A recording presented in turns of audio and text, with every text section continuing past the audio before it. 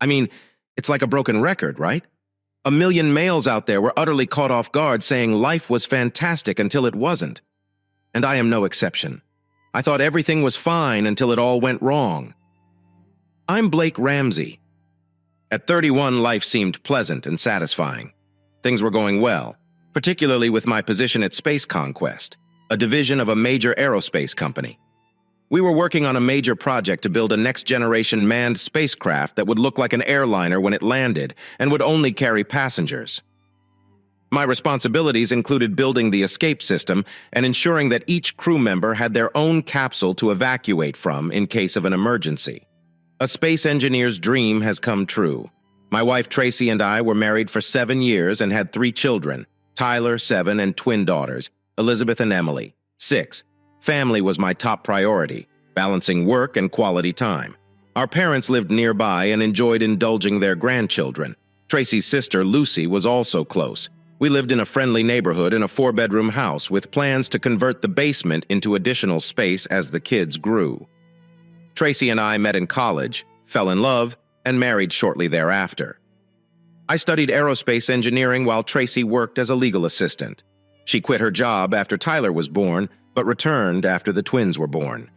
Tracy's behavior altered once the girls entered school, indicating difficulties in our relationship that I had overlooked. Before everything went wrong, I met Tracy's employer, Stanley Cross, at a couple social gatherings, including the office Christmas party. I did not like him. He came across as arrogant and unpleasant, and I didn't trust him at all. Whenever I visited Tracy at work, Cross appeared possessive and unwilling to let her go. I kept an eye out for any signals of romance between them, but I saw nothing at the moment. Things came apart when the twins graduated kindergarten after being dropped off at my parents' house for the weekend. I hoped for some quality time alone with Tracy to work on our relationship. When I arrived home, she was dressed to the nines, looking stunning in a short black dress, high heels, and flawless makeup. "Wow, you look beautiful, babe. If you'd told me we were going out, I'd have rushed home. Let me freshen up and change, and I'll be ready to go. So where are we heading?" Tracy smirked, which was not a good indication. "Well, we are not going anyplace together. But I'm stepping out, simply not with you." I was stunned. "Wait, what do you mean?" "I have a date with my employer, Stanley Cross, and this is only the beginning. There will be some new rules in effect starting now. Stans is picking me up for a night out, so I won't be home tonight or tomorrow. We have a room downtown. I will be returning Sunday afternoon." "What the hell are you talking about?" I shouted. "You need to relax and accept it. This is how it will be. I'm heading out, but I'll return Sunday afternoon. If you walk out the door, don't even bother returning back." "No, Blake, I will be back. We're still married, and I still come home, but you have to comprehend. I need more. If you make this difficult, you will be the one who leaves. It would be a shame for our children to see their father broke and in jail. Now sit down and let me tell you about the changes. Let's do it the simple way before Stan arrives in about 30 minutes. You will not be pleased if he has to explain. If that a-hole shows there in 30 minutes, he will leave with a broken nose in 31. Do not do that, Blake." Tracy spoke firmly for 2 reasons. First, you should know what he can do if you don't cooperate. Second, he will have Max with him. Max is his bodyguard, and you don't want to mess with him. Touch Stan, and you'll wind up in the hospital. I had not felt this thrill since I was a Marine in the Middle East. At first, I couldn't pinpoint anything, but then it struck me. I am being ambushed, with my wife on one side and Stanley Cross poised to enter the fray. I am trapped in the center. They have the upper hand due to their pre-planning and surprise, and I don't know how to defend myself. I brushed past Tracy and went upstairs. "Where are you going?" Tracy demanded. "We need to talk. I'm going to freshen up quickly. Be down in 5. During my stay in the Middle East, I was ambushed 3 times. I had some guidelines for dealing with ambushes. First, try to spot it before getting captured, but with Tracy and Stanley, I didn't expect it. Second, find cover quickly. That is why I was heading straight toward my bedroom. And the third rule, create an escape strategy for yourself and your team. I needed a plan, so I created one. First, I changed from my suit to something more casual. Then I set my iPhone to record and put it in my pocket. Next, I went to my wardrobe and searched through my old footlocker. On top, a key was taped to the back. I opened it, and memories surged back when I saw my old uniforms. I found I could still fit into them 5 years later. Under the uniforms, I discovered a stack of filing folders and a box containing my medals and prizes for service over 2 tours in the Middle East. I quickly glanced at the medals, but they weren't what I was looking for. I found what I was seeking for beneath them. My Marine Corps Beretta 9mm Betsy. It was stored in a cloth-lined plastic pouch with 2 bullet clips. Technically, I wasn't intended to have my pistol, but due to a mix-up when I was leaving, the service let me keep it. This tool meant a great deal to me. It had saved my life more times than I could count during warfare. As I was loading a clip, Tracy called from downstairs. "Blake, get down here quickly or you'll regret it. I will be right down." "Can you get me a beer?" I called back. I tucked the tool into my belt toward the small of my back and covered it with my shirt. It was a double-action semi-automatic pistol, so all I had to do was pull the trigger to fire, unless someone was looking. They would not notice it. Before leaving the bedroom, I took out my phone, began filming, and then put it back into my pocket, the camera peeking out. I wanted to know exactly what Tracy and her employer had planned for me, so I decided to employ some of the interrogation techniques I'd learned in the Marine Corps. I intend to remain cool and urged Tracy to discuss how she observed things. When I entered the living room, Tracy was sitting at the table with a glass of wine in front of her and a beer waiting for me. "It was about time," she stated angrily. "We had some things to do before Stan arrived." "Tracy, I see you have something on your mind," I said. "Tell me about the new circumstance that I'm required to accept. First and foremost, remember that I adore you above all else. We have a family together, and I want to grow old beside you. I sincerely do not want to hurt you, honey," she began. But I interrupted. "Tracy, no more sweet words. I am not your honey or sweetheart. Please call me Blake and I will call you Tracy. Tracy." She appeared offended by my lack of affection, but she persisted. "Look, I do not want to harm you, but things have changed as of tonight and you must accept them, or else. Stan and I have been very close since he made me his personal assistant. I mean, we're having an affair. It has been going on for over 7 months now. He started flirting with me shortly after I returned to work as a secretary. When he elevated me to executive secretary, we began drinking coffee together during our breaks. We began spending more time together, and his flirtation evolved into seduction. It was flattering to have such a powerful man interested in me. One evening after work, he made his move in his office. He grabbed me, kissed my neck, and the situation progressed from there. He's attractive, pleasant, and fit. It was difficult to resist. We ended up on his couch, and he was an experienced lover.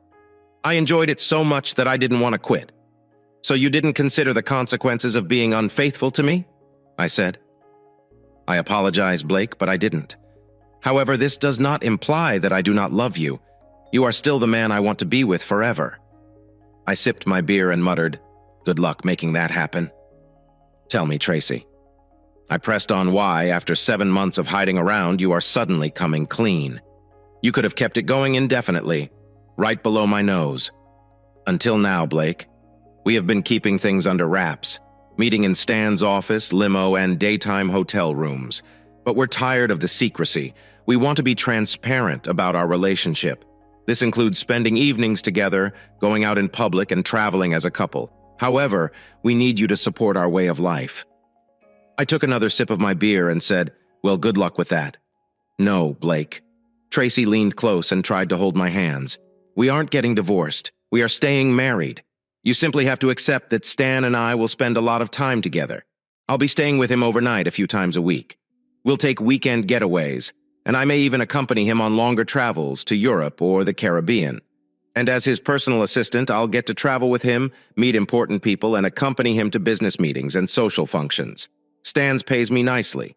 It will be beneficial for us. Think about the perks. Assume the vacations are the kids' college funding. We're finally finishing up the lake cabin like we've always wanted," I shot back. "Do you honestly think I'd want any of that? Paid for through Stanley's company? 403. I am not 403. Tracy snapped back, her voice filled with rage. "I'm a key member of the company. Stan relies on me to operate his legal practice. Closeness is simply one aspect of the deal. When you are with a powerful man like him, I am honored that he would choose me as his mistress. You should be too. And let's be honest, this fling is unlikely to last forever. I would estimate that it will run its course in 2 or 3 years, then everything will return to its previous state. I'll be your loving wife again, and I'll enjoy our family for the next 50 years. So here's the thing. Stan wants to be friends with you. He believes we can share me so long as he gets what he wants, and you follow his rules. He knows I still love you and want to be personal with you. He even suggested you have your moments with me. There will just be a few conditions because he will be visiting our home. Sometimes he wishes to be a member of the family, maybe even like an uncle to our children. Internally, I was boiling with rage, but I maintained my cool externally, vowing that a-hole would never look at or speak to my children. Ever. I get it. Then it hit me. Why does that a-hole want to be engaged with my family? Doesn't he have his own stands, married to a younger woman from a wealthy family? Tracy revealed that their marriage is primarily about convenience. Unfortunately, she cannot have children. Perhaps he should adopt and remain out of other people's lives. I explained that Stan wants his own children, particularly a son, to carry on his legacy. Tracy said that he would also settle for a daughter. Ideally, he wants one of each. Why isn't that a-hole using a surrogate? Then he could have as many kids as he wanted. I suggested he think about it, but he's concerned he won't be a good father. He wants any child. He needs to grow up in a caring family. Tracy explained. Tracy then looked down. God, here we go. I said. Tracy's purpose is to make you feel even more furious. Hit me. Then it struck me. He wants to make you pregnant, doesn't he? And then he wants me to raise his child. It would not be his child alone, Tracy insisted. It would be mine too. And you'd enjoy it because you adore me. And the child's last name would be Cross. Stan would pay us a lot of money to raise his child and cover all of their bills until they graduated from college. Crap. Are you already expecting? I blurted out. No, she responded. However, he wants me to quit taking the medication in a few months. I told him that I wanted you to agree to our new arrangement first, just when I thought things couldn't get worse. I whispered to myself once more. I made it plain. Good luck with it. Tracy was angry. Stop saying it, she snapped. Blake, I know you're not on board right now, but maybe you'll come around. Her words struck me hard as I rose to confront her. The doorbell rang. Tracy hastened to respond, inviting her employer in. As he went in, he grabbed her waist and kissed her. This keeps getting better, I murmured to myself. How did he respond? Cross inquired of Tracy. Not good. You might need to spell out the consequences if he doesn't cooperate, she said. I overheard him say, then we'll proceed to plan B. Shock and awe. Stan was a huge man, taller and heavier than me at 511. I couldn't understand what Tracy saw in him. Perhaps his long graying hair gave him a distinguished appearance. He appeared confident in his black suit and had a strong presence. He stepped right close to me and invaded my personal space. Mr. Ramsey, we need to discuss, he explained. Talk. I will kill you, I shot back. You could try, but my driver will definitely stop you before you get too far. By nightfall, you would be in jail, so sit down. He placed an order. I looked out the door and saw a large man waiting on my doorway. I was not afraid, but I wanted to hear him out, so I grudgingly sat down. Good. Now we can chat like adults. Your wife's appointment as my personal assistant came with certain additional responsibilities. Yes, I am talking about proximity. I've been with your wife for 6 months now, but we're weary of sneaking around. You and Tracy will have a new arrangement as my assistants. She will take care of my professional and personal demands. Mr. Ramsey, you will still be Tracy's spouse. Your position as a father will not change, except one item. I'll be looking after Tracy's requirements. Most of the time, this will occur at a hotel or my business. But sometimes, while you're not present, we may use your bed, your hole. Why should I put up with this? I'd rather divorce her for infidelity, I spit back. Mr. Ramsey, that type of discourse will not help. Remember who I am. I'm a prominent lawyer at the city's top legal firm. If you try to divorce her, you will have to pay. And not only in court, we will steal everything from you. Make sure you pay alimony and child support while she is still with me, your sons and daughters. You won't see them often, if at all. You will be charged with a child-related offense. Go to jail and you'll lose custody forever. You've lost your job, your family and friends. They will turn their back on you. I sat there in shock, speechless. I never expected Tracy and this a-hole would go so far with their romance. Stan moved on. Now I know you're not going to do anything dumb. You'll regret telling my wife. My driver and his cronies will make certain of that. If you try to flee town, my investigators will locate you. So simply accept the new offer. Your wife is an excellent assistance." He leaned forward, and she has a fairly good mouth, too. I turned to Tracy. "Would you truly do that to me?" "I hope not, Blake. But if you cooperate, I won't have to. You'll eventually get used to it and think it's normal." She spoke quietly, still reeling.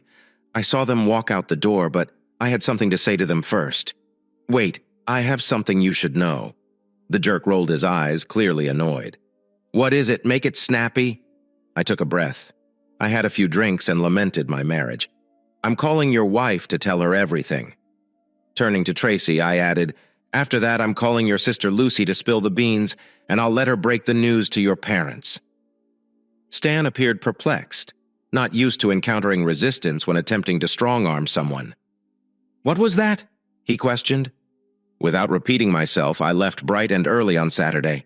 "I'm hiring a locksmith to change all of the locks." Tracy was now paying close attention, attempting to understand the situation.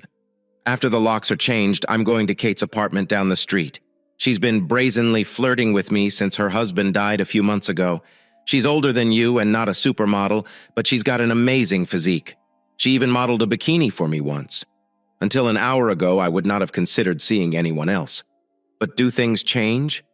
Tracy appeared hurt and stammered. "Blake, you cannot do that," I went on. "When you return Sunday, you will discover Tracy's belongings in the front yard. Every single part of it. Clothes, shoes, cosmetics, jewelry, and even the wedding book. And no, not in trash bags. Better hurry and pick them up before the sprinklers go off at 4 a.m. Monday." Stan's temper was rising. His face became scarlet, and his fists clenched as he realized his threats were meaningless. Tracy appeared pained. I added one more thing before wrapping up. "On Monday, I'll meet with a divorce lawyer who will file for divorce on the basis of cheating, identifying you, Stanley, as a co-conspirator. In addition, we plan to sue you for interfering with our marriage and your organization for violating corporate policies, assuming a large organization like yours has any. Even if the cases are unsuccessful, they will damage your reputation." Stanley, the jerk, was furious. He tossed the overnight bag at the wall and marched toward me, invading my personal space once more. He stabbed my chest sharply with 2 fingers. I had to actually stop myself from punching back. "Listen, you idiot," he began. "You have no idea who you're fooling with or how brutal I can be when I want to ruin someone. I am Stanley Cross. I operate the area's largest law company. I could legally break you up in no time. By the time Tracy and I walk into our hotel, you'll be handcuffed for a variety of offenses. You might believe you can fight back if you are innocent. You cannot. I've been practicing law in this state for 30 years. I know the majority of the top cops personally, and I'm friends with a number of lawyers in the DA's office. Heck, I've even slept with some. The majority of the judges in this city either owe me a large favor or are aware that I have dirt on them. Even politicians owe me since I helped them get elected in one way or another. Stanley was going on a rampage, and I didn't want to interrupt. If you go out with your friend Kate tomorrow, the cops will stop you and search your car. They're probably going to find pills. The Vice Squad will then receive a tip concerning offensive videos involving kids on your computer, and that's only the beginning. How long and expensive do you think it will be to fight all of this? You will not find a lawyer who is brave enough to challenge me. You will be ruined. Meanwhile, I'll still be with your wife. Got it? 4, I believe whatever you say. Jerk. Stanley turned to face me again. You should show me some respect. Call me Sir or Mr. Cross. Call me a hole. One more time, Max will teach you some manners. When he stated this, he slapped me again with his right hand to emphasize his point. The second time, I grabbed his hand with my left and snapped all of his fingers backward, bringing them to his wrist. And I held them there. Cross got caught off guard. For a time, he appeared astonished, staring at his hand in amazement. Then the pain struck, and he let out a loud shout. I shoved him away and he fell onto the couch. Tracy raced to his side to assist. He spread his fingers, clutched his flattened palm to his chest, and rocked back and forth in agony. You're a cursed bastard! You're going to regret this! I will make you pay! He shouted when he remembered his security who was waiting outside. Max, get in here! Max entered through the front door, which swung open. He was enormous, resembling a tough guy from an old 1940s film, exuding strength. "Yes, Mr. Cross," Max acknowledged. Cross motioned to me with his unharmed hand and issued a command. "Take care of him, Max." "Yes, Mr. Cross." Max responded by strolling across the living room toward me. Tracy tried to object, but Cross shrugged it away. When Tracy stated that Cross would be bringing his bodyguard, I expected this type of encounter. I was aware that I would encounter some tough treatment. This was going to be difficult, though. Few people are aware that I was a prisoner of war. It barely lasted 17 days, but it was enough to win me the Prisoner of War medal. During my captivity, I was the only American they could get their hands on, and they turned their wrath on me. But I did learn something. I can withstand offense. The actual torture was hanging from a beam in my cell. My arms were dragged painfully tight behind me. The suffering was awful and unending, so in comparison, taking a beating was easy. I stood firm, providing no opposition as Max swung his enormous hand. His hit landed squarely on my nose, sending me falling into the coffee table. Max was dazed and plainly damaged, and I could see him hesitating about continuing. He looked across for guidance. "Hurt him, Max, hurt him severely. Cross-ordering occurs." Max grabbed me by the hair, lifted me up, and delivered another blow. This time it was in my left eye. I collapsed again, my vision blurring as I realized I couldn't go much further without losing consciousness. I said something to Max. "You hit like a chick." His pride has been bruised. Max gripped my hair again, ready for another strike. However, when I shot him in the foot, he was caught off guard. This stunned everyone in the room. Max recoiled in horror, stumbling backward till he fell into my favorite leather chair. Meanwhile, I collapsed to the ground as Max groped for his own tool. I warned him, "Do not do it, Max!" When he disregarded my warning and grabbed for his tool, I fired again. He dropped his instrument, screaming in agony. I crept over, disarmed him, and asked, "How many men have you killed, Max?" He felt the heat against his temple. Max shook his head, indicating that he had never removed someone. I told him that I'd killed 27 men, all soldiers fighting for their convictions. Then I asked, "How much respect do you think I have for you?" Max shook his head side to side once more. "That's correct, Max." "None," I said. "So there isn't much reason why I shouldn't offer you something, is there?" Max pleaded. "I have a family," I replied. "Well, Max, I have a family too, and you didn't appear to care about mine. Perhaps your family would be better off if you left. Please." I noticed he begging while looking over Max's shoulder. "I shot you right in the shoulder. Join Max. You'll bleed out if I don't get you to a doctor within an hour or so, but do not worry. These orthopedic doctors can fix anything with their plastic and ceramic replacement bones. You might need to learn to use your left hand for certain tasks, such as eating, writing, or shooting. However, you will most likely experience mobility limitations with that arm for the rest of your life. And if you ever feel agony in that arm again, remember me. And if I ever see you again, I'll presume you're trying to hurt me. I will not hesitate to complete. Have you got it?" Max nodded in understanding. I pushed his shoulder forward to examine the wound. Max Winston. Pain. "Damn, Max," I mourned. "The bullet went straight through your shoulder. And my favorite chair. You're bleeding all over it. I'm not sure if I can clean it up or mend the hole. If I have to replace the chair, I will be even more upset than I am now." Playing with Max for so long was a mistake. Leaving an adversary behind me was a greater deal. Tracy's warning brought me back to reality. "Blake, be careful." I turned just in time to see Cross hurl a fireplace poker at my head. Luckily, my arm blocked the majority of the hit, but it shattered my forearm and knocked my tool away. Cross lunged for it, but I punched him squarely in the groin. He collapsed to the ground in anguish. I took my 9mm Mimi and pinned him down. "Open your mouth." I placed an order. Cross declined to comply. He tightened his lips and shook his head, expressing resistance. So I struck hard, resulting in a deep cut on his lip. His mouth opened and I pushed the object down his throat, making it difficult for him to breathe. "How's that for my version of shock and awe?" I mocked. "If you heard what I told Max, you'd know. I have officially destroyed 27 soldiers in combat. 7 of them were killed with this magnum. And before you start objecting, remember that this gadget only requires 4 ounces of pressure on the trigger. And I already have 2 ounces. I warned him with that cross, and he is now struggling. "Where is your cell phone?" I demanded. Cross indicated that it was in his left breast pocket. I retrieved it. "Turn it on." I placed an order using his fingerprint. "The phone is Cross-powered. Now call your wife on FaceTime," I told Cross. His eyes widened as he complied. After a few rings, a woman answered. "Stanley, why are you phoning me at this hour? So who is this?" the woman questioned. I was alarmed to see a red face. "Didn't she recognize Mrs. Cross?" I began. "My name is Blake Ramsey. You may not recognize my name, but you are most likely familiar with my wife, Tracy Ramsey. She serves as your husband's personal assistant." Mrs. Cross acknowledged. "I know Tracy. What's happening? Why are you hurt? And where is my husband?" Mrs. Cross. "I'm holding your husband down with a tool in his mouth," I revealed, angling the phone to show her the cross on his face. "My God," she gasped. "Please do not damage him. Listen, Mrs. Cross, time is short. Your husband and my wife have had an affair for several months. They had planned to spend the weekend in a motel. When I resisted, your husband ordered his goons to beat me. Unfortunately, I had to shoot him. And now your husband is next." I informed her that my husband was supposed to be in Palm Springs working on a case, Mrs. Cross stated. "Mrs. Cross, he's right here on my floor. Come meet my wife, Tracy." I showed her Tracy looking terrified on the sofa. "As you can see, my wife is dressed up and ready for a night out with your husband," I pointed out. "This is unbelievable."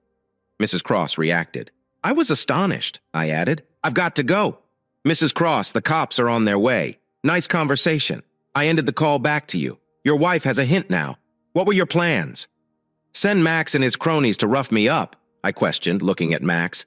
"Max needs some time off," I mentioned. I warned him. "Send anyone. I'll offer them. Then come for you. I get it." Cross nodded, and I withdrew it. I suddenly smelled something awful. "Did you poop yourself?" I chuckled. "I now need a new carpet." "Tracy, pass me my briefcase," I requested. She handed it to me, and I brought out my laptop. "Was this your stash?" I asked, pointing to the laptop's hard drive. Cross was screaming and covering his ear, most likely from a perforated eardrum. I leaned near to his ear and muttered, "Good luck with that computer now, a-hole." Then I got off Cross and instructed him to sit on the couch. He obeyed while gripping his groin and ear. I told Tracy to get a wet cloth from the kitchen and aid Max with his injured shoulder.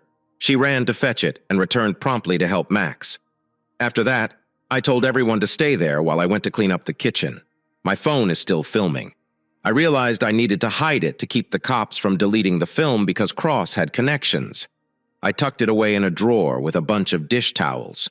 I then wiped my face with a wet cloth. When I returned to the living room, everyone remained in place. Cross was experiencing agony. Tracy is helping Max. I instructed them to wait for the cops, who would arrive soon with an ambulance. Outside, my neighbors had heard the noises. I confirmed it by asking if anyone had contacted 911. One of my neighbors was former Marine Colonel Orson Sage. We were close friends and frequently shared a beer. He spoke to me as Captain, whereas I addressed him as Colonel. "Are you all right, Captain?" the Colonel inquired. I said, "I have seen better days." Sirens blasted in the distance, heralding the police's impending approach. "Colonel," I called, "can you help me?" "Sure thing, Captain," he said, stepping onto my doorstep first.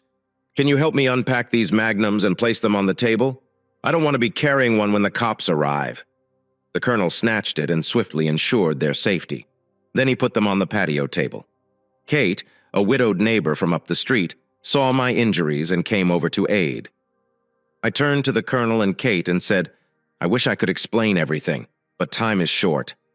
My wife's boyfriend, a lawyer, threatened to frame me using pharmaceuticals. I gave the Colonel my keys. After all of this, if the garage isn't taped off, I'll hide my car. The garage code represents our street address." "Got it, Captain?" he responded. Kate interjected, "Blake, you look really rough." "My head is throbbing and I feel dizzy," I admitted. I guess I took a harder impact than I expected. I was sitting on the front steps with Kate when 2 police cars arrived. Lights flashing and sirens blasting. They approached warily, hands on their tools, but the Colonel assured them there was no danger. Pointing at the unpacked tools on the porch, I told them about the 3 people inside. A police officer spotted my situation and commented, "Looks like you need some medical attention too soon." Ambulances arrived, lights flashing and sirens blasting. Emergency personnel rushed to the porch as another officer notified them about the injured guy inside. As my disorientation intensified, Kate advised me to lie down while an EMT examined my face. I discussed my possible broken forearm. Later, in a blur, I noticed Max being brought out on a stretcher and Cross being assisted into an ambulance. Tracy, accompanied by a female officer, came to a halt nearby, sobbing and apologizing loudly. But I rejected her, telling her, "Go to hell, Tracy." Before she was carried away, I either passed out or obtained pain relief, staying unconscious for 3 days. When I awoke, a nurse named Rose greeted me warmly. I am alone in the room. I inspected my injuries, which included a cast on my right forearm and gauze and tape covering my left eye and nose. Aside from that, I appeared fine, connected to various machines. Dr. York kept me sedated for a probable minor concussion, allowing me to sleep until the morning. I awoke to discover my left wrist chained to the bed rail. Detective Sergeant Hartman indicated that I was being arrested on many offenses, including offense and magnum use. He added that my wife and 2 others had filed a complaint. Rose verified her knowledge of the situation after he had left. Dr. York assured me that I would heal and informed me that I had been transferred to a new ward. A few days later, Sam Wilton, a lawyer, came to see me and suggested that I plead guilty in order to negotiate with the district attorney. I maintained on my innocence and inquired about my children, who were with my wife's sister. I could not believe how quickly my life had altered. I'm worried about my shattered marriage, my children, and my career. I gave Sam my company's contact information and asked him to alert my employer about the problem. After examining the charges against me, I inquired about the spousal offense charge indicated by Detective Sergeant Hartman. Sam clarified that Stanley Cross had included it in his complaint, which alleges many instances of assault against Tracy and is corroborated by photographic evidence of her injuries. Despite my denial of the claims, Sam advised that we pursue a plea offer at the arraignment to perhaps reduce the severity of the charges. However, I expressed worry about admitting guilt. Fearing civil ramifications from the witnesses involved in the looming court struggle, I asked Sam to contact my uncle, Jonathan Allen Carter, a retired Navy lawyer known for his skill in family law. I underlined the importance of caution because I didn't want Sam and Uncle Jack to find out about my plans too soon. It was decided that he would offer legal aid. Sam informed me that Uncle Jack stressed the significance of keeping confidentiality about the case, specifics. During the hospital TV arraignment, I pleaded not guilty to all charges, despite the prosecution's request for no bail. The court decided to put me in the hospital for 2 more days before conducting a hearing to determine if I would stand trial. Uncle Jack visited me the day before I went to jail. He was now legally my lawyer and could pay me a visit. Seeing him was a tremendous relief. I hugged him, feeling emotional. I hadn't understood how much help I needed until then. After catching up, Uncle Jack became serious. He wanted to speak with me alone and fill me in on certain information. He had spoken briefly with Lucy and told me that the kids were fine with her till things settled. Lucy was perplexed by Tracy's account of events and pleased that Uncle Jack was there for me. Uncle Jack then inquired as to how I had gotten into this mess. I told him everything that happened. He found it unbelievable. I also informed him about the other story. Stanley Cross, Max Angel, and Tracy had devised a plan following my detention. In quiet tones, I told Uncle Jack that I had everything on camera with my iPhone hidden at home. He didn't exhibit any emotion. I was relieved knowing there might be proof to back up my story. Uncle Jack pledged to help me during this experience. He suggested my primary focus should be on recovery while he worked on my case and investigated bail options. I agreed and asked him to keep an eye on my children. He pledged to stay in touch with Lucy. After leaving the hospital, I was hauled to jail. Uncle Jack remained silent for 3 days. Finally, I appeared before a judge with Uncle Jack there. He battled for my bail, but I was ultimately placed under house arrest. Uncle Jack had arranged for me to remain in a gated neighborhood with him. However, I was unable to leave the area. Uncle Jack had ideas in the works, but he kept most of them a secret until they were carried out. He hired private detectives to assist him and assigned them to work on different leads. Retrieving my phone from my kitchen drawer was difficult because the restraining order prevented me from entering my home. Uncle Jack declined to break in, hoping that a solution would emerge. In the interim, he set up a new cell phone account for both of us to communicate. I contacted my neighbor, the colonel, to give him an update on my predicament. He informed me about activity at my house. Uncle Jack proposed that the colonel come over for drinks and barbecued steaks to discuss more. The colonel described an incident he witnessed shortly after the altercation. He saw someone near my garage, contacted 911, and confronted them with an aluminum bat. Despite the threats, they departed in a black SUV. Their faces were recorded in a photograph. Shortly after Tracy arrived home, the colonel noticed her speaking with men near the garage, noting the SUV's license plate. Uncle Jack looked into the license plate that was linked to Unique Services, a private investigation agency controlled by Jose Gonzalez and Miguel Ortega, both of whom had questionable law enforcement credentials. Stanley Cross's law practice provided notable and distinctive services among its clientele. It got vital for me to retrieve my cell phone from my kitchen. Uncle Jack planned a plan to meet with Tracy at 6 p.m. under the guise of mediation, accompanied by her lawyer's associate. Tracy embraced Uncle Jack cordially as he arrived, and Gordon Merritt from Cross's law office joined them. Following introductions, everyone gathered in the family room to discuss problems. Uncle Jack expressed regret and questioned my account of events while we were both recording the talk. He went on to describe my accusation that Tracy and Mr. Cross were having an affair, as well as how angry I was when I saw them together. Mr. Merritt interrupted, implying that the evidence was stacked against me. Uncle Jack then suggested that Mr. Merritt testify that I may not have been in the proper frame of mind during the incident.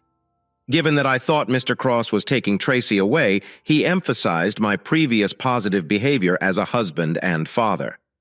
After thinking about it, Mr. Merritt suggested that they consider such a proposal.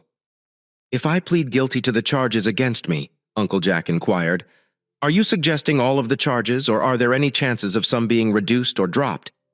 I'll need to speak with Mr. Cross. He wields considerable power in the district attorney's office. Perhaps we can find a method to make this go away. It's not just for Mr. Ramsey's sake. Getting embroiled in a high-profile legal problem isn't good for Mr. Cross either. It harmed his reputation and business. That's all I have to say, Tracy. Thank you for meeting with me. Blake wants you to inform the kids that he misses and loves them." Tracy appeared moved, and her eyes welled up with tears before Uncle Jack turned off his recorder. He added, "If I can prove Blake's story, you could face charges such as perjury and obstruction of justice, both of which carry jail time." Just as Gordon Merritt was about to speak, Uncle Jack turned to face him. "And you, counselor? If I can prove that you knew your client and Mr. Cross were lying, you could face legal penalties. Before you answer, talk about it with each other." Uncle Jack grabbed his recorder and stood up while you spoke. "Mind if I get some water?" "No, go ahead, Uncle Jack. The kitchen is that way." Tracy motioned toward the dining room entrance. "Ice water is available in the kitchen refrigerator." Uncle Jack made sure he couldn't be spotted. Then I found my iPhone in a drawer near the sink. After pocketing it, he poured himself some cold water from the refrigerator. After a few minutes, he returned to the family room. "Tracy, do you have anything to add before I go?" Tracy looked anxiously at Gordon Merritt, who spoke out for her. "We have nothing else to add at this time, Mr. Carter, and will keep you updated on any modifications to Mr. Ramsey's accusations. And we anticipate your help if you wish to resolve this issue." Uncle Jack concluded that was fair enough. "Thank you for meeting with me, Tracy. Mr. Merritt, I will see you in court." Uncle Jack did not bring his iPhone to the townhouse. Instead, he arranged for Digital Analysis Solutions DHS to investigate its contents. He informed the DHS director on the case's background and the significance of the video-audio recording to my defense. DHS assured Uncle Jack that they would treat it properly and promised to deliver an analysis a few days later.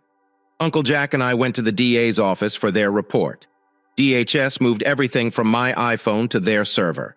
They discovered the film and created many backups on DVDs, flash drives, and on the cloud to ensure its safekeeping. Uncle Jack and I saw the video together for the first time. It documented all of Tracy Cross's chats with me. However, sections of the offense took place during Max's attack. It was evident that I was defending myself.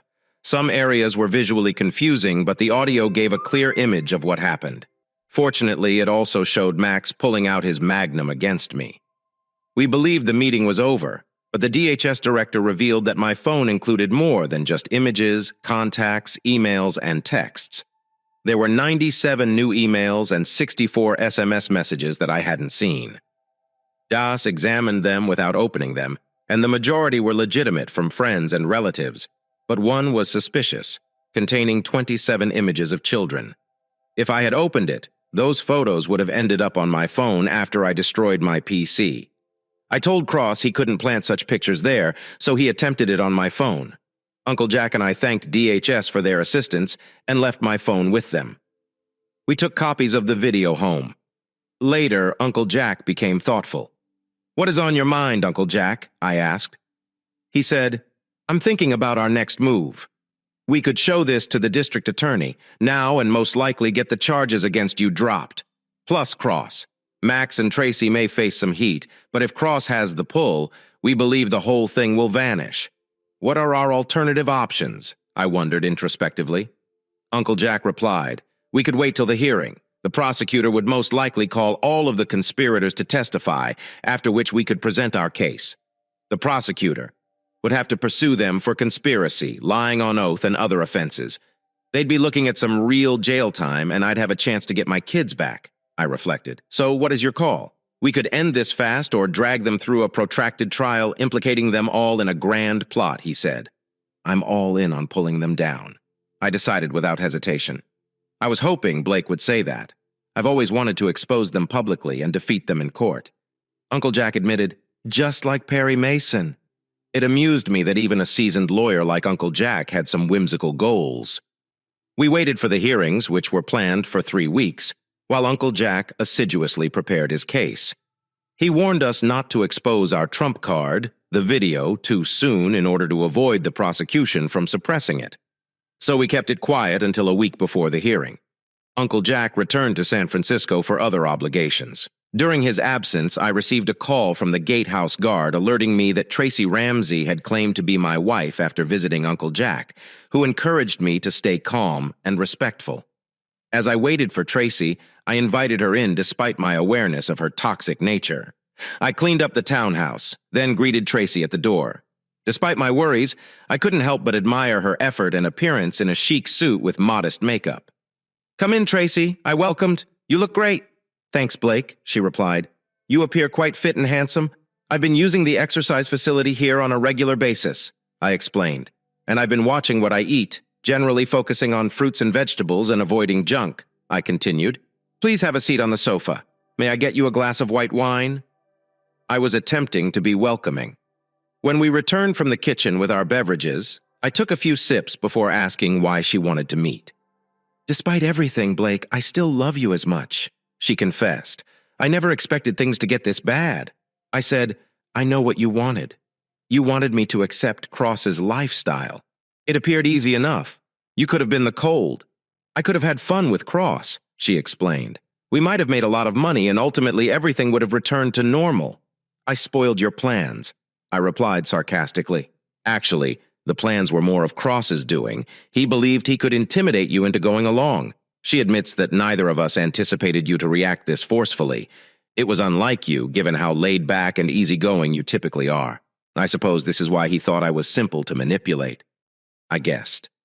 Tracy said, "You have no idea how scared I was when I saw how violent you became. It's a side of myself I've been trying to hide. It has remained hidden since I served as a Marine in the Middle East. That is not who I am today," I explained. Tracy asked unexpectedly, "Where is your car?" "I'm not quite sure. When Cross threatened to plant pills in it, I took it seriously and had it transferred somewhere he couldn't discover." I laughed about those males in the house when you moved back in. What were they up to?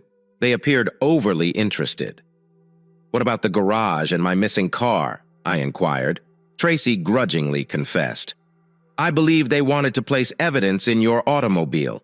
I did not want them to, but Stanley insisted that we frame you. You don't appear to care about accumulating evidence against me.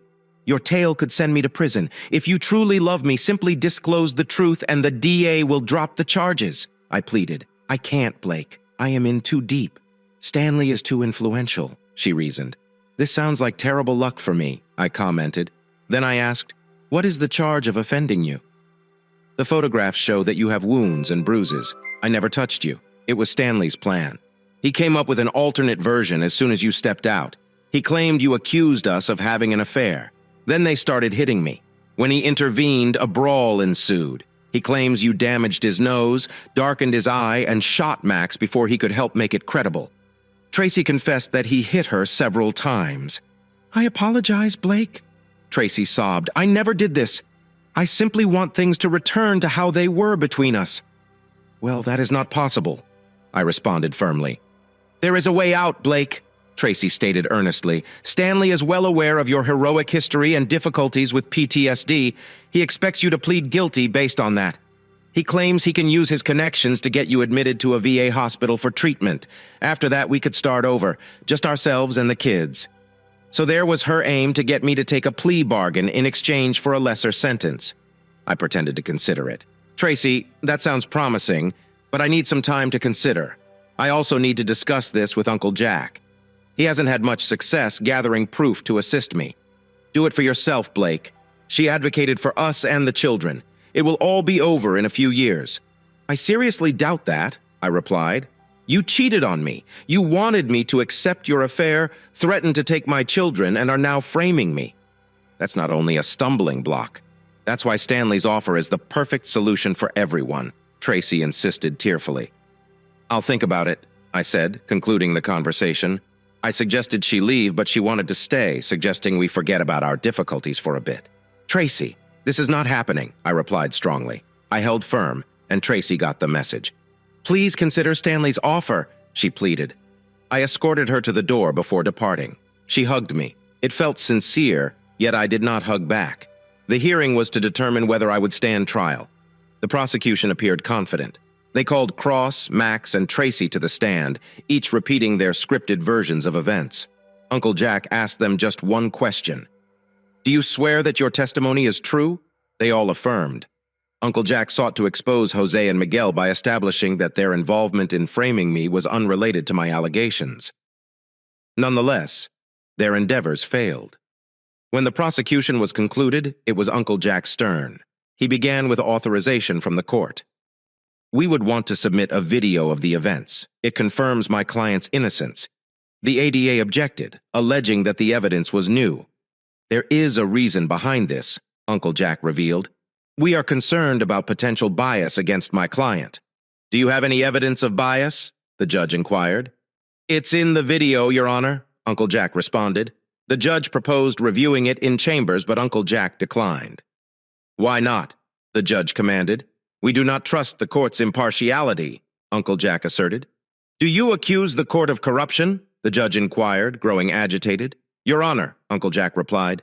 Mr. Carter, can you support your claim? Or is that evidence included in the video? Yes, Your Honor, but I'd like to demonstrate what I mean if you could answer a few questions. Let me get things straight, Mr. Carter. You feel that by asking me questions, you can prove that this court is prejudiced against your client. Is that correct? Yes, Your Honor, Uncle Jack affirmed.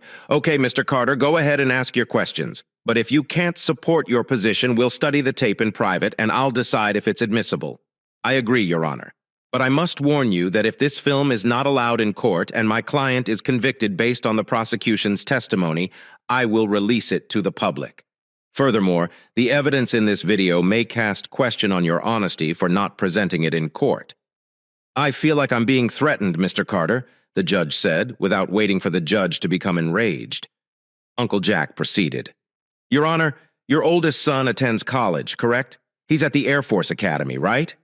Yes, the judge responded. He is a freshman. Isn't it incredibly competitive to get into the Air Force Academy? The judge confirmed. First, your son needed to apply through a congressman or senator. Then he took the civil service exam. Based on that, he was nominated among 9 others. He then underwent medical examinations, fitness tests, and aptitude testing. He also had to take the SAT. Is this all correct, Your Honor? Yes, the judge replied. He was a good student and member of the high school swim team. You should be proud of him, Your Honor, Uncle Jack acknowledged. Get to the point, Mr. Carter. The judge advised that your son's application package contained 3 recommendation letters, correct? Yes. Mr. Carter. Who composed the letters, Your Honor? One was from his swim coach, the other from his math teacher. Who wrote the 3rd letter, Your Honor? There was a pause. The judge then responded. Mr. Stanley Cross gave my son an excellent reference for the Air Force Academy. Mr. Cross must have known your son well unless he made up details. Uncle Jack noticed. During the summers of high school, my son interned in Mr. Cross's office. He wants to be a lawyer, the judge explained. So Mr. Cross is more of a professional acquaintance than a family buddy, Uncle Jack clarified. He is an acquaintance and colleague in some of the legal associations I belong to, the judge clarified. Now, Your Honor, you may understand why the defense perceives your impartiality differently. Uncle Jack concluded, you have questioned my integrity, counselor, while any link with Mr. Cross would have no bearing on my decisions. You've made it a matter of perception, the judge said. After a little pause, the judge looked up and spoke. Play the video, counselor. Uncle Jack signaled for the lights to dim and the screens to descend. He turned to me and murmured, Here we go, Blake. Before the video began in court, the atmosphere strained as Cross revealed his law enforcement ties, stunning the prosecution and leading an assistant ADA to cry. Uncle Jack displayed a video of Cross, Max, and Tracy, who tried to flee but were apprehended by the judge. After the first video, Uncle Jack instantly played a second one, taking everyone off surprise and displaying Tracy's unintentional admission, which was filmed on my hidden iPhone. This resulted in a recess, and the ADA reviewed the new evidence. When the court reconvened, 3 prosecution witnesses were conspicuously absent. Instead of a substitute district attorney, the county's current district attorney was present. He took no time in addressing the court. Firstly, he stated that all charges against Mr. Ramsey had been dismissed. We believe he used self-defense against Mr. Cross and Mr. Angel. It was forceful, but it was deserved.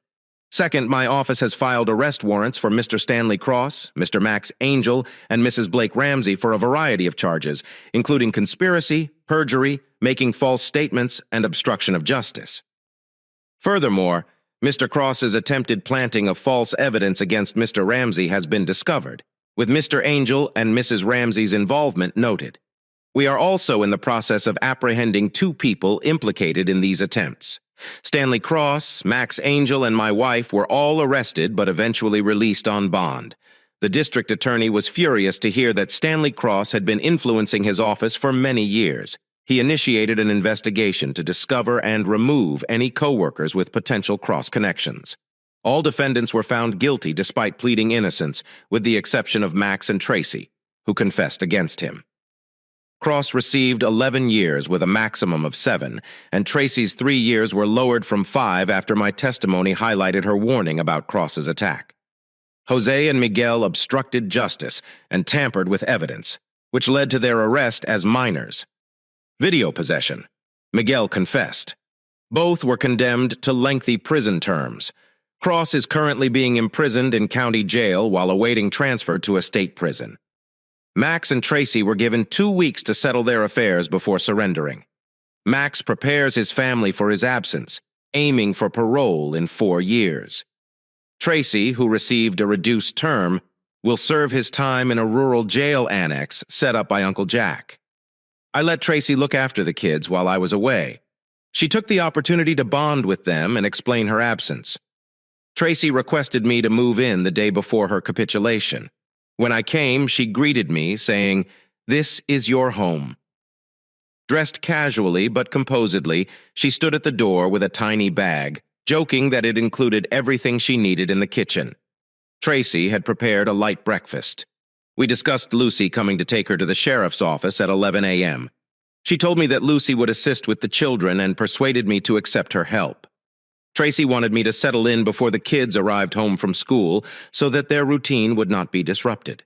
She was hesitant about visits while in prison, but she vowed to write frequently and requested me to have the children write to her as well. She had packed all of her belongings in plastic containers and stashed them in the basement. She placed a family photo in each child's room so they would not forget her.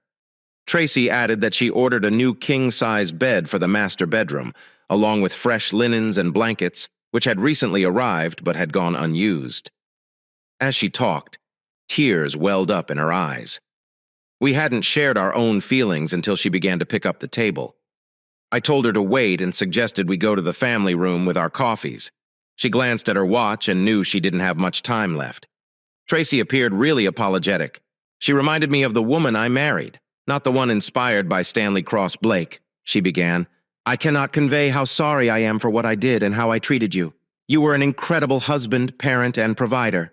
You were my best friend and an excellent companion. I forgot that till now I accept full responsibility for my conduct. Despite Stanley Cross's influence, I made the wrong decisions. I am so ashamed. It's hard to face you right now, not just for you, but for our families, friends, and especially the kids. Part of me is relieved to be going somewhere. I won't have to face you or see your disappointment. I know you won't forget, but I hope with time it'll fade and you'll forgive me. That's what I'm holding on to now. Tracy finished speaking and wiped her tears before standing in front of me to ask if I wanted more coffee. I grabbed her into a close hug. She cried, and we held each other until she relaxed. When Tracy heard Lucy's car honk, she knew she had to leave. After wiping away her tears, she grabbed her belongings and told me she loved me before leaving. I remained behind, sorting my items. A few hours later, Lucy called to express her support. I welcomed her company, knowing we needed to talk about raising my children together. Living without their mother, I assumed the role of a single father, ensuring Tyler, Beth, and Emily were safe. Lucy was a great assistance. We waited about a month after taking on the role of mother to pay Tracy a visit. Lucy went first with the kids and returned, excited to see Tracy. Lucy described a comfortable visiting space within the prison, which alleviated our concerns. Tracy was 3 months into her sentence when I paid her a visit. She seemed upbeat, particularly among the children. However, she still felt deeply regret. During a visit, Tracy's buddy Candy introduced herself. Candy, nicknamed Dummy for her choices, came to regret her deeds. After a year, Tracy may be eligible for release soon. Uncle Jack suggested that she take online paralegal courses at the University of Virginia, which is a good career route. Tracy consented and enrolled, citing her legal background. Meanwhile, Lucy and I worked to locate Tracy a place to live after she got out. We located a little 2-bedroom home with a carport near the courtroom and law offices in the city. We bought it with the expectation that Tracy would repay us later. Lucy brought her up alone on the day of her release due to paperwork. Tracy burst into tears of pleasure when they arrived at her new home. Her family and mine were present to welcome her, as were Uncle Jack and his wife. The children gave her a tour of the house and prepared her dinner on the balcony. Tracy expressed her gratitude to everyone for welcoming her, despite the fact that her previous uncle assisted her in setting up job interviews with several law companies, for which she was grateful. After Tracy settled down and began working at the law business that Uncle Jack recommended, she invited me over to dinner. She prepared my favorite supper, meatloaf with potatoes and peas. During supper, we avoided discussing the past and instead focused on other things such as the kids' work and the weather. After supper, we proceeded to the family room, where Tracy was playing soothing background music from the music channel on the television. I invited you over tonight, Blake. She began because I wanted to speak about us, or rather, you and I. What do you believe will happen to us? I'm unsure what the future holds. I said, I don't have a crystal ball either, Tracy, but this is what I believe is most likely. We'll keep raising our kids as a team. They need you as much as they do me. Having you back home has lightened my load quite a little. I now have some free time that I didn't have before, and I'm sure you'll love having some alone time without the kids. In contrast to you, I've had a relatively active social life, nothing overly serious, but it's been good to go out to dinner or see a movie every now and then. I believe you will appreciate being more socially involved after you have established in. Do you ever want to be with me again? Permanently? Tracy inquired whether you meant getting married again. No, I replied. I've been through too much to consider marrying you again, but I've moved on from what happened. And I'm looking forward to always being friends with no romantic attachment, but that's as near as we'll ever get. Tracy looked down, tears welling in her eyes. I didn't think so, but I needed to inquire. I believe in the coming years, I will become more social and may even begin dating more seriously, I added. I'll eventually find someone I love and ask her to marry me. She could be unmarried, divorced, or widowed, with or without children. But I will meet someone. The same goes for you. I told Tracy that once she settled into her new life, she would most likely find someone she could love. They'll probably ask you to marry them. But it doesn't mean we won't see each other frequently. We will always have the children to bring us together. We will be there for birthdays, holidays, and possibly even vacations. In the future, there will be graduations and weddings. That's all we can aspire for in terms of being together. It's definitely more than I deserve, Tracy said sadly, but I can accept that future. Before you depart, I want you to know how grateful I am for the way you've treated me since I returned home. She added, "You could have easily shut me out and kept the kids away from me. But you didn't. That is not who you are." "It only makes me feel worse about what I tried to do to you," I replied, as I opened the door to go. "You may not have noticed, Tracy, but I have forgiven you. I harbor no grudges against you, and I hope that you will be able to forgive yourself with time. Perhaps eventually, but not anytime soon," Tracy replied. We hugged each other and held on for several minutes without saying anything. Then I let go. I stepped outside into the fresh air, located my car, and drove home without saying anything else. What are your opinions about this story? Please let me know in the comments below. Now for the following story. Please enjoy. I discovered my wife's infidelity in July, and I've been living in a personal hell ever since. It was completely unexpected. I would have never suspected it. Initially, I could not believe she was capable of betrayal. For nearly 8 years, our marriage had been a source of great joy for me. Renowned psychiatrist Elizabeth Kubler-Ross famously argued that people confronting death or another traumatic event go through 5 emotional stages: denial, anger, bargaining, depression, and acceptance. I remembered this framework from a psychology lecturer in college. Denial is the initial step, and I found myself completely immersed in it. If Sherry had been unfaithful, our marriage was almost certainly over. But I fought to accept the unpleasant fact. I wondered if I would go through each stage of sorrow over the death of our love, and if, even after acceptance, the pain and heartbreak would haunt me permanently. I met Sherry during my college years. I was studying in computer science and was required to work in English class as part of my program. The prospect of reading literature and poetry by long-dead authors bored me. Like the archetypal computer nerd, my mind was already racing with lines of code and ideas of where the next party would be. I was tall and gawky, and my social life was, to say the least, disappointing. I was an ordinary student, not very athletic, and did not join in any groups or extracurricular activities. But I excelled at computers. Everyone recognized me, but they couldn't remember my name. My romantic life was similarly humdrum. It included a brief affair with Lillian Morris upon high school graduation. I believe she pitied me. We lasted about 2 months until she moved on. After Lillian, my fellow computer geeks and I would brag about our fictitious romantic escapades and speculate about the hot girl in class, knowing full well that it was all imagination. Then Sherry came along. She sat next to me, speaking English, and her deep hazel eyes captured me right away. During that first lesson, I was too focused on her eyes to notice anything else. But as she went, I had a peek of the entire bundle. Sherry had shoulder-length blonde hair with a tiny curl, a lovely button nose, and lips that appeared to be smiling at all times. She was about 5'7", and while I'm not good at calculating bra sizes, I could see she filled out her shirt nicely. Her tight pants perfectly displayed her toned behind to me. She was perfect every day following that first meeting. I made it a point to sit beside her. After a month, she finally communicated with me. She commented on my calculus books and asked if I might tutor her. She explained that she was struggling with college algebra and needed to pass the class to graduate. I would have agreed to anything she requested. We started meeting in the library after class every Tuesday and Thursday.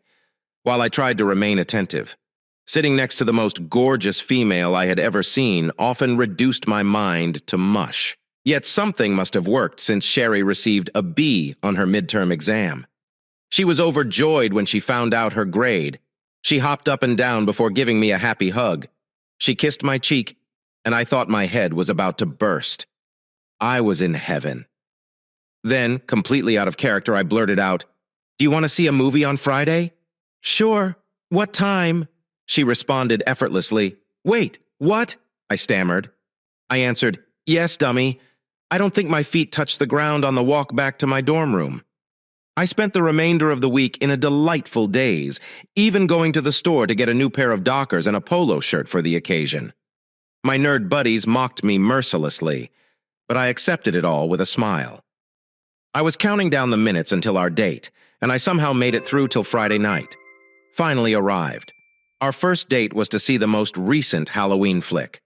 I know it's not the most advanced option. It was a standard slasher film, complete with blood, dismemberment, and dumb individuals. I assumed she'd end up clinging to me in fear, but that was not the case. Nevertheless, we had a great time. Sherry and I murmured predictions about which character would die next. She was correct more often than I was. Later, she gave me a short goodnight kiss on her porch. By the fourth date, she had invited me to her dorm room, and it was the first time we were intimate. It must have been beneficial for her because she invited me back up after our next outing. We officially became a couple after that. Surprisingly, we found we had a lot in common. We watched the same movies, read the same books, and preferred the same meals. After a few months, I became profoundly in love. As finals approached, I was confident she felt the same way. We were ecstatic shortly before Christmas break, while resting on her bed. I told her I loved her and thought she was the best thing that had ever happened to me. She smiled and replied, "I love you too." Life was perfect. Despite the fact that we did not have any classes together during the spring semester, we continued to study together in the library after school. Our relationship resumed exactly where it had left off after the break. We spent spring break together, growing stronger by the week and renting a cabin by the lake. My plans included hiking and fishing, but I don't think we left the cottage all week. On the last night, I went down on one knee and proposed. She said yes. We graduated 3 months later and got married 5 months after that. After graduating school, I got a job in computer security. Our company specialized in integrating security software for small enterprises, often with 10 to 50 workstations. My responsibilities included writing code to allow various systems to communicate properly. My boss, Clinton, started the company a decade ago with only 2 people. Through a series of mergers and acquisitions, the company grew to over 50 workers and was thriving. Clinton was not only a superb boss, but also an excellent mentor. After I had been with the company for around 5 years, Clinton received an offer to sell it. He indicated that a major venture capital firm in town required our specialization in the small business sector to supplement a larger computing division. The offer was too good to pass up, so he sold the company. Part of the deal was that we all kept our jobs and Clinton stayed on as manager. The changeover was effortless. We never met the new owners, and Clinton continued to run the business. As usual. Work continued undisturbed. Sherry, on the other hand, got a job soon after graduation with Dr. Albert Barnes, a dentist. She assumed the post of office manager.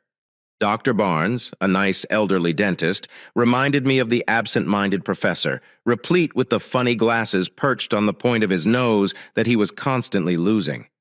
Dr. Barnes, despite his frequently puzzled appearance, was a dental expert. His abilities were unsurpassed in the area, bringing patients from long distances who could arrange an appointment. When Sherry started, the office was disorganized. Bills were unpaid, files were misplaced, and billing systems were out of date. In short, it was a complete disaster. Sherry took on the challenge of rejuvenating the doctor's practice, and her efforts had remarkable results. Within 3 years, the doctor's office had become the envy of the community. Revenue surged, employee turnover has eliminated. Morale reached an all-time high, and the doctor's appearance improved. Sherry was the driving force behind these tremendous improvements, and I couldn't have been prouder. Following our wedding, Sherry and I moved into a cozy apartment near my employment. We opted to advance our jobs before establishing a family. We made it a custom to go on vacation every year on our anniversary. We were only able to visit our lakeside cabin at first due to monetary concerns. However, as time passed, our trips improved. One unforgettable year. We even spent a week at Walt Disney World in Florida. After 5 years of apartment living, we began looking for a house. After a few months of hunting, we discovered a small home with plenty of room for our future family. We purchased it and moved in. We're eager to begin this new chapter in our life. Sherry, 7 years into her job, returned home full of excitement. Her outstanding managerial and organizing abilities at the doctor's office had not gone unnoticed. Some high-profile CEOs who were patients of the wonderful doctor started asking about Sherry. They were impressed with the office's change and mentioned it to Dr. Albert Barnes, who couldn't thank Sherry enough. That night, one of these executives approached Sherry with a job offer, which we discussed extensively over the next 2 days. I thought we were on the verge of beginning a baby, and choosing this new job would put that off by a few years. We were financially stable, and Dr. Albert Barnes was nearly like family to us. However, she hoped that the new post would lead to even more opportunities in the future. She recommended that if we could postpone starting a family for a few years, it would be worth the wait. I felt I had little choice. I eventually gave in. A month later, Sherry started working as the personal assistant to Cascade Capital's Vice President of Finance, Jason Foster. Unbeknownst to me at the time, Cascade Capital was the venture capital firm that eventually purchased the company where I was already employed. At first, I saw no substantial changes in Sherry or our relationship. Our intimate moments did lessen, but I attributed this to the occasionally irregular hours she and her boss worked. She occasionally had to attend late meetings, which left her fatigued when she returned home. As the months passed, it became clear that our marriage was failing. Despite my best efforts to please her, Sherry rejected all of my advances. In fact, I don't believe we were intimate at all during the 2 months leading up to the awards ceremony. I never considered the possibility that she was cheating on me. I uncovered Sherry's affair with her boss on the night of her company's annual awards banquet. The news was too much to take in. Every year, we attended this event to celebrate the company's achievements and recognize significant contributors.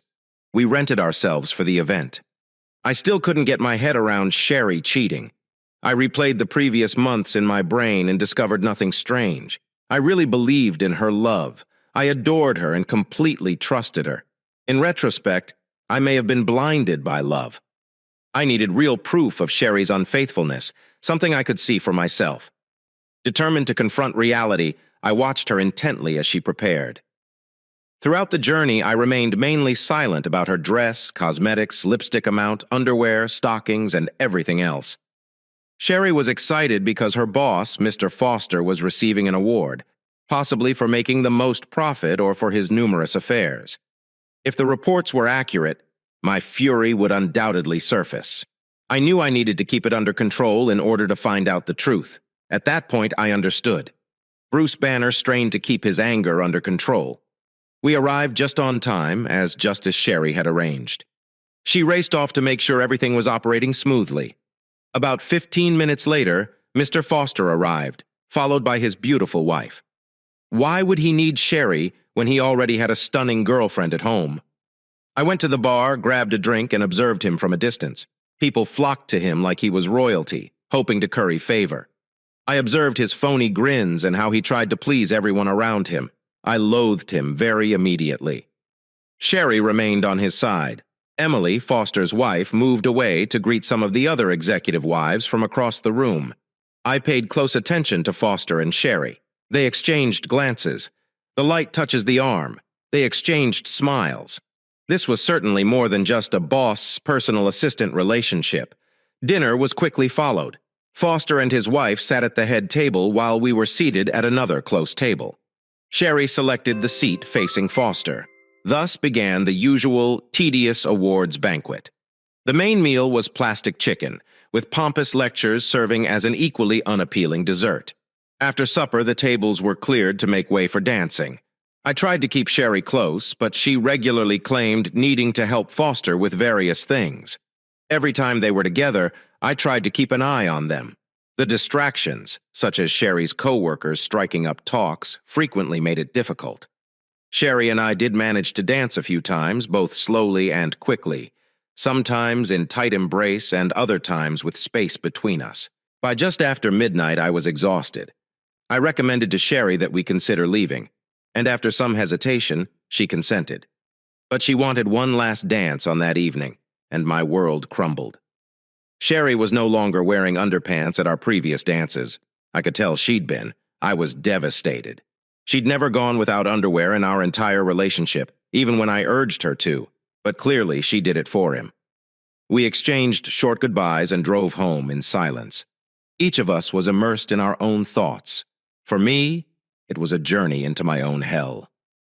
Sherry ran upstairs after returning home, claiming that she needed to take a shower before bed.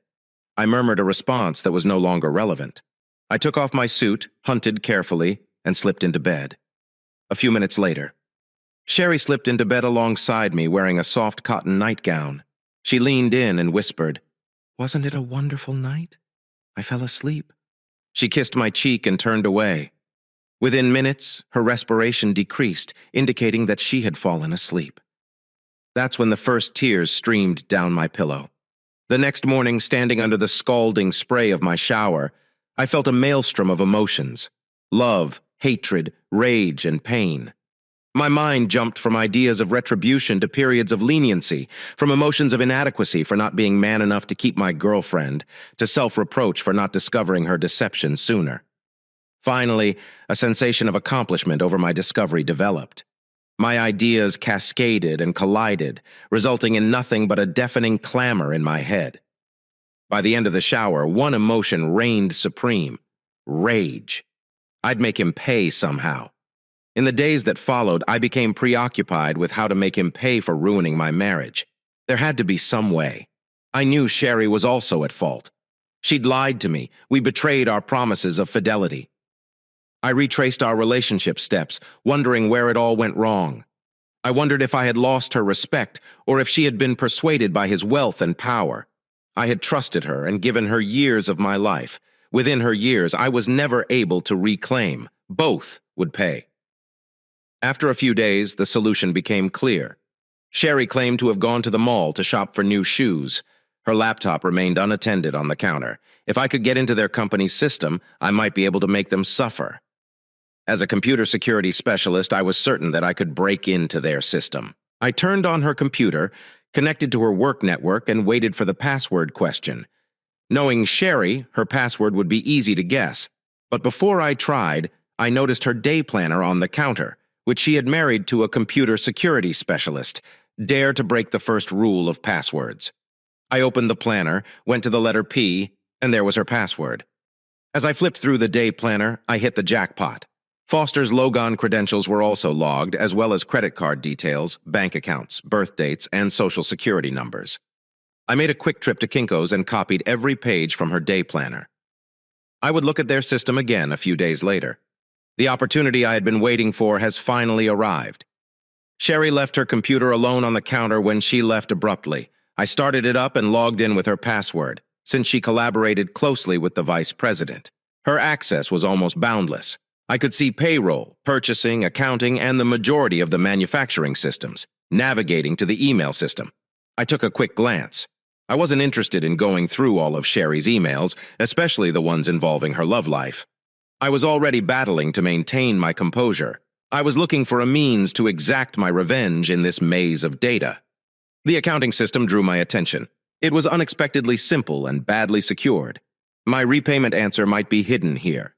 The purchasing system revealed that once an invoice was entered, it needed to be approved before being paid. A font asked me if I could change an authorized invoice to move funds to an account in Foster's name. The auditors would undoubtedly catch it. Foster's career would be ruined. Sherry would lose her work, and their affair would be over. The next day, I implemented the strategy using information from Sherry's day planner. I opened a bank account in Foster's name at a downtown bank for good measure. I did the same thing at the bank across the street. With your new account information ready, all I needed was another opportunity with Sherry's PC to start the transfer. While Sherry was at the gym the next day, I made my move. Logging in with Foster's credentials, I went straight to the counting system and discovered an accepted invoice. The invoice included a space for a manufacturer rebate, which I changed to 3% when entering Foster's bank information into the routing field. I repeated the process for a second invoice, redirecting the rebate to the other bank account. Feeling a mix of triumph and melancholy, I poured myself a drink, this time choosing a decent scotch. I toasted my supposedly excellent strategy with one glass and used the next to blot off memories of my failing marriage. Days passed with no signs of retaliation, no police investigations, no scandalous headlines, nothing. Frustrated but undeterred, I recognized that the scale needs to be adjusted at the next opportunity. I repeated the process on numerous more bills, raising the rebate to 4%. Meanwhile, our home life became increasingly stressful. I stopped making any attempts to contact Sherry, and she, in turn, withdrew herself from me. Late evenings were my shelter, and I would watch the Bulls, Blackhawks, Bears, or any other available game on cable TV. Sherry commented on my sudden interest in sports, to which I responded that these games were important and a regular topic of business conversations. My complicated plan was set. It was only a matter of time before their deception unraveled and came crashing down. I found it extremely difficult to even touch Sherry. Knowing she had given what had once been mine to someone else made my mind spin. After a hug or a quick kiss, I'd frequently rush to the nearest restroom, overwhelmed with. Then everything changed. The next day at work, Clinton summoned me to his office. He said corporate wanted to send me to New York to update the branch office's security systems. I stared at Clinton, perplexed. Yes, they expressly asked for you. They want you to travel out Monday morning and return on Friday. Your duty is to upgrade all of the workstations and servers in the New York office. Clinton, I cannot handle that. Updating software is not a job. Why me? Clinton said. I have no idea. I attempted to explain that is not what we do and definitely not what you do. But they persisted. It needs to be you, nobody else. Then it struck me. My wife's lover wanted me away for a few days. I suppose they needed more quality time together. Resigned. I told Clinton, okay, I'll go. Thanks. I have never had corporations make such demands before, and I hope they do not continue. He handed over the flight tickets. I assumed this farce would continue as long as Foster was out of jail. I decided to step up my revenge strategy. Later that night, Sherry and I were eating dinner. Things had been strange at home recently. I tried not to strangle her, and she tried not to sleep with me.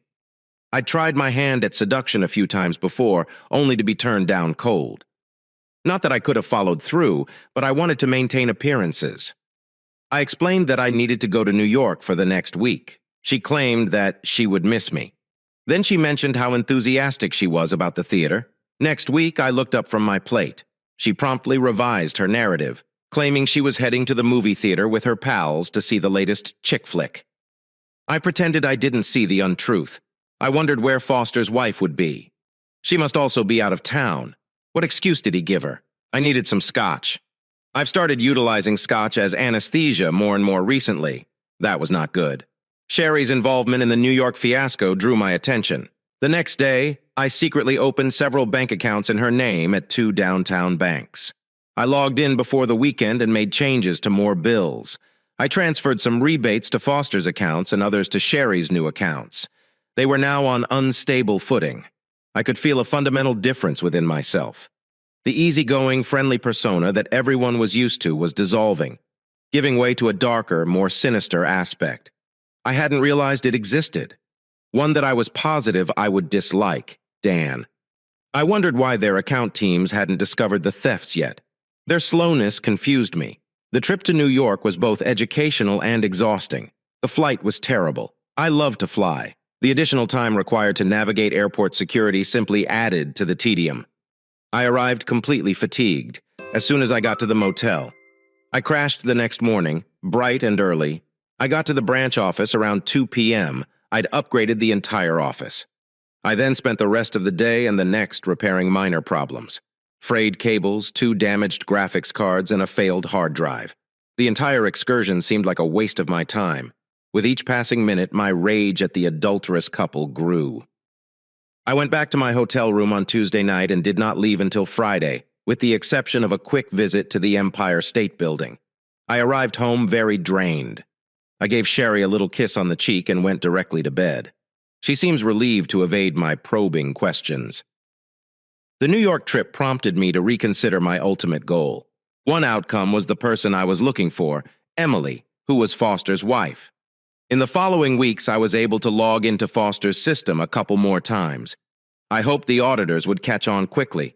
Significant amounts of money had already been stowed away in various accounts. Then I was sent to Denver. Clinton summoned me to his office and indicated that the New York office was delighted with my work and expected the same results in Denver. Clinton shrugged, professing ignorance about why I was picked. When I landed in Denver, the procedure was repeated for a few days on basic system security, with the remainder spent in my hotel room. I used Sherry's computer to access her lover's bogus bank accounts. They held more than $1 million. As our divorce date approached, a notion occurred to me. Could this money be considered communal property? I chuckled at the absurdity. Over the next few days, the notion of that money kept bothering me. If I pursued legal action against Foster, I could definitely get a large payout. What if I just took the money? I struggled with the moral and legal implications. Was I exchanging one immoral action for another? Did I have what it takes to do anything like that? After all, they had ruined my life and deprived me of any dignity. Was I actually thinking rationally? Screw it. I decided, let's do this. A week later, employment sent me to Miami. This time, I had a plan. By Tuesday, I had finished all of the security updates, and by Wednesday morning, I was on a fast flight to the Bahamas. It was surprisingly straightforward to open a bank account in Foster's name. My next destination was the Cayman Islands, where I set up another account in Sherry's name. I returned to Miami just in time for my trip home. When I arrived at O'Hare, absolutely weary, I went straight to bed and didn't wake up until noon Saturday. 2 weeks later, I was flying to Boston. The logistics were a little more complicated this time, but I was still able to sneak over to Zurich and open a few accounts. After returning home, I began transferring money to the overseas accounts, routinely moving funds between them. This routine persisted for several months. Every 3 weeks or so, work assigned me to run errands: Seattle, Phoenix, Atlanta, and more cities. The Phoenix journey afforded an opportunity to cross the border into Mexico City and open yet another account. Each new account represented a fresh stop in the transfer of money offshore. At home, I maintained logging into Foster's accounting system, changing invoices and routing funds to local banks before sending them overseas. The pleasure of my clandestine operations was the only thing keeping me sane throughout that time. My relationship with Sherry had degraded into that of mere housemates. Our paths crossed irregularly, but she lived in her own universe, one I was no longer aware of. Attempts at reconciliation were futile. Any attempt to get close was met with discussions over petty topics: how I loaded the dishwasher, or where I put my coffee cup. These arguments seemed designed to keep me at arm's length, denying me any appearance of affection. In November, I was extremely pleased with a particularly ridiculous episode. I was able to glance at Sherry's calendar and noted a day when she and Foster were due to meet for lunch. I waited for their lunch appointment to begin before purchasing a dozen roses and visiting her office. The women present thrilled over the flowers, complimenting me as a lovely husband, but told me Sherry was in a meeting as they were ready to depart for lunch. I asked to leave the flowers on her desk, and they agreed. After entering Sherry's office, I quickly locked the door, sat at her desk, and entered into her computer. I mailed a couple of bills and entered one of the bank accounts, fully aware that this activity would create a digital trail if the auditors ever discovered anything. This would definitely help their investigation. I went to Foster's office and repeated the procedure while using Foster's computer. Curiosity got the best of me, and I discovered a carefully hidden folder containing compromising images of Sherry. Though the sight hurt me, it didn't leave as much of an impression as it did when I first learned about the affair. I silently exited after copying the full folder on a thumb drive that I always carried with me. About a month later, I informed Sherry that I had registered in a pottery course at the local community college. Scheduled for Tuesday and Thursday nights, she could barely contain her enthusiasm at the prospect of spending 2 more evenings with her sweetheart. This was part of my emerging escape strategy, and spending time away from Sherry reduced my tension. My contrived job excursions continued without interfering with my class attendance.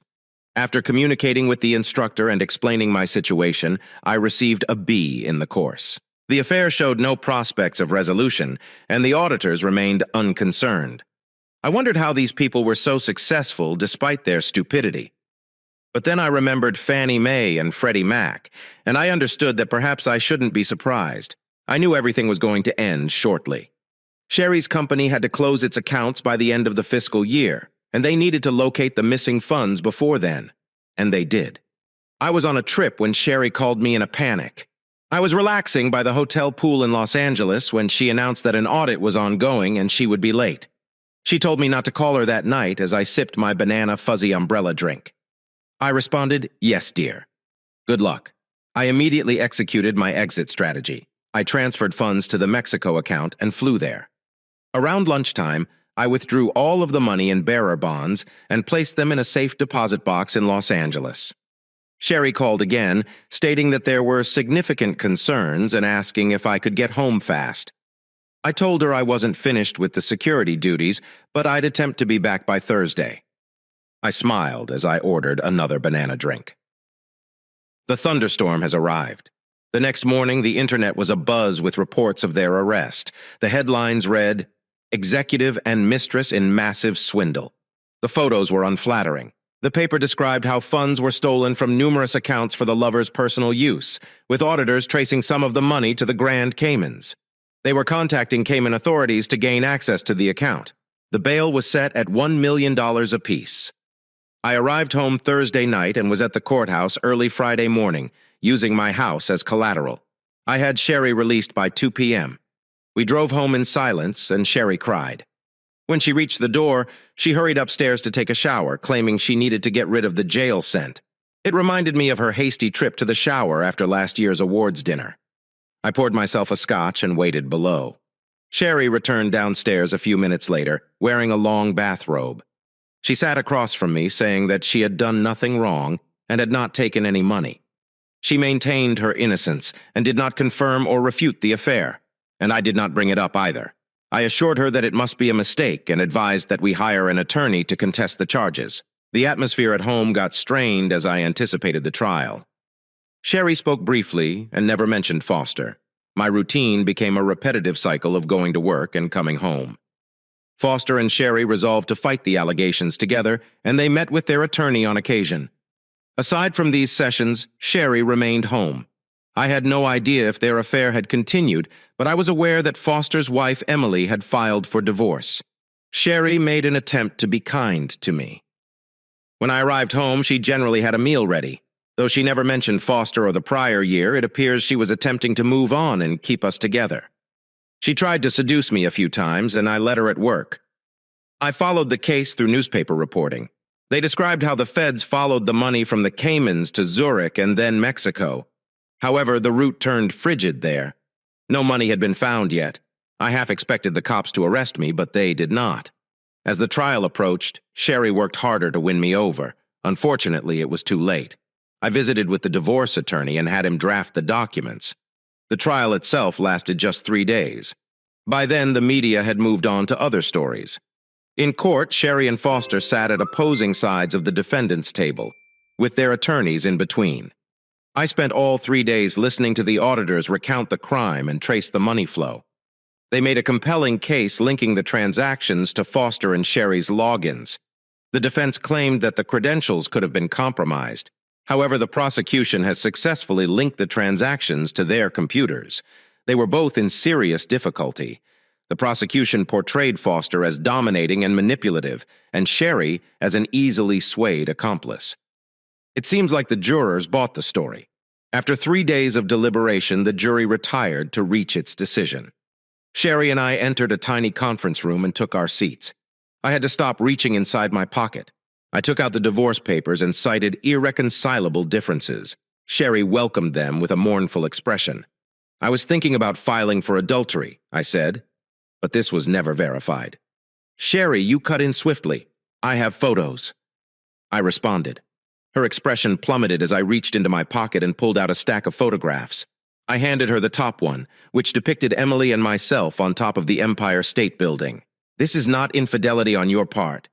On my—" I continued, "Foster's wife, Emily, visited my office on the day of the awards banquet last year.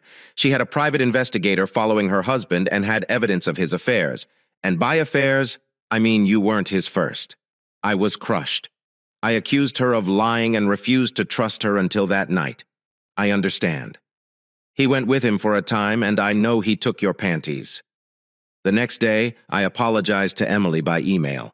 Tears welled up in my eyes as I finished talking. "When you and Foster sent me to New York, I knew exactly what the trip was about. It was so you could be together. I was wondering how you managed to get Emily out of town. So it was pretty surprising when she showed up at my hotel room door on Tuesday night. I welcomed her inside, and we got a few bottles of wine from room service. We ended ourselves sitting on opposing mattresses, drinking, sobbing, and sharing stories. She stated that the private investigator had captured your phone talks while planning my vacation before Foster could come up with an explanation for her departure. She'd previously offered to pay her mother a visit. Emily and I spent the remainder of the trip locked up in our hotel room. We only went out once to see the Empire State Building. I had never been, and Emily served as my tour guide. Believe it or not, we didn't touch the entire time. I handed her a few other images. They showed Emily and me around Denver. She also visited Denver and presented some recordings of you and your partner. They were largely the ones in which he got you to deny me closeness. That's when it struck me, why our marriage had dissolved. Emily and I ended up touching hands while drinking scotch. We were in love. We were simply two hurt souls pulled together by the actions of our relationships. We tried to fix the wounds you and Foster had caused. I lay out additional images of Emily and me from Seattle, Phoenix, and Boston. The photos show us enjoying the views. Sherry and I have talked about visiting these places before. We'd become good friends with Perks by then. I admitted.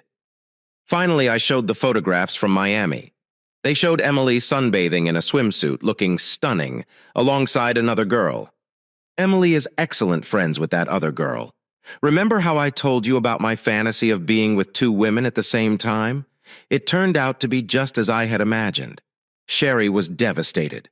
Tears spring up in her eyes. I felt a twinge of remorse, too. If she had admitted her mistakes at any point, we might have been able to go on.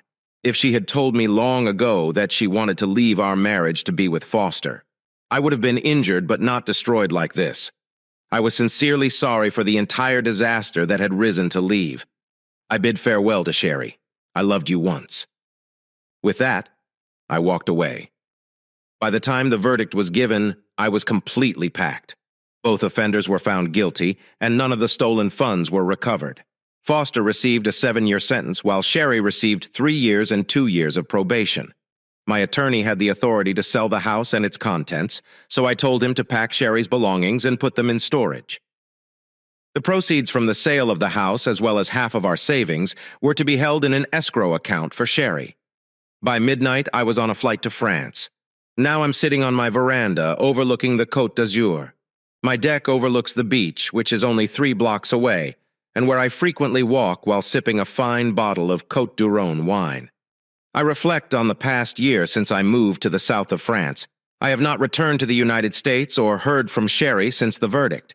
I've become something of a recluse in my modestly sized house, which I proudly refer to as a chateau. But it is mine, and it is a haven. Emily has made a few visits, but our relationship is strictly friends with benefits. However, the benefits are enjoyable. Her friend joined us once, resulting in an equally enjoyable second encounter. Emily did well during her divorce and is ready to make some lucky bachelor happy, assuming he can get past her trust issues. She knew about my plan to exact revenge on Foster and Sherry, and she thought it was appropriate for both of them. She is content and moving on with her life, whereas I am dealing with my own issues, even though I don't have to work. With the ill-gotten gains and some legitimate income, I launched an online business writing software for system integration, which is essentially the same work I did for Clinton. I can handle it all from here. I am currently working on a few contracts. Clinton even emailed me acknowledging my efforts and offering to refer clients my way. I thanked him. The ladies at the patisserie find humor in my broken French and patiently teach me new vocabulary every day. At this rate, I might be able to master the language by the age of 100. I've somewhat recovered from Sherry's betrayal and subsequent divorce. However, I'm having more difficulty justifying my own actions. I remember a case study from a college psychology class that comes to mind. It tells the story of a husband who went missing only to be found years later. The study described how one day, this man left work early to watch the World Series game between the Oakland Athletics and the San Francisco Giants. As he was leaving his office, he was in the San Francisco Bay Area with his wife and 2 small children. The Loma Prieta earthquake struck. He almost died as bricks and large chunks of the building collapsed around him, narrowly missing him. This near-death experience served as a wake-up call to the man. In that moment, he recognized how fragile life was and how unhappy he had been. He realized what he intended to accomplish before dying in a swift and reckless gesture. He rushed home, packed his belongings, and left his wife and children without saying anything. About 4 years later, officials discovered him living happily with a new wife and child. He was detained and given a psychological evaluation. The psychiatrist decided that the man's extreme acts were motivated by a life-changing insight during the earthquake. His perspective on life changed radically, and he became acutely aware that it may end at any moment.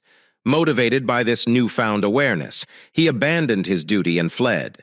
However, as time passed, he subconsciously realized that his world did not revolve around death. He gradually returned to his prior luxurious life, becoming a happy, married family guy. Maybe my experience parallels his. When I was in love and trusted those close to me, I was a nice, honest man. I followed the rules, never cheated on my taxes, or entertained thoughts of another woman. Sherry was my entire universe, and I loved her with every fiber of my being. The agony of betrayal by someone you love, however, strikes deeper than any other pain, entering your soul and clutching your heart. When my reality was broken in an instant, I became someone I didn't want to be. Now I'm faced with difficult decisions. Do I retreat deeper into my seclusion, erecting barriers around my soul to keep the darker side of me at bay? Or can I gradually allow people to reintroduce the better pieces of me into the world? I'm not sure where the answer lies, but there's a glimmer of optimism. The young blonde girl in the patisserie is so sweet. Thank you for listening to today's stories. If you enjoyed listening, please like and subscribe if you haven't already. Also, write a comment below with your thoughts on what transpired. Take care.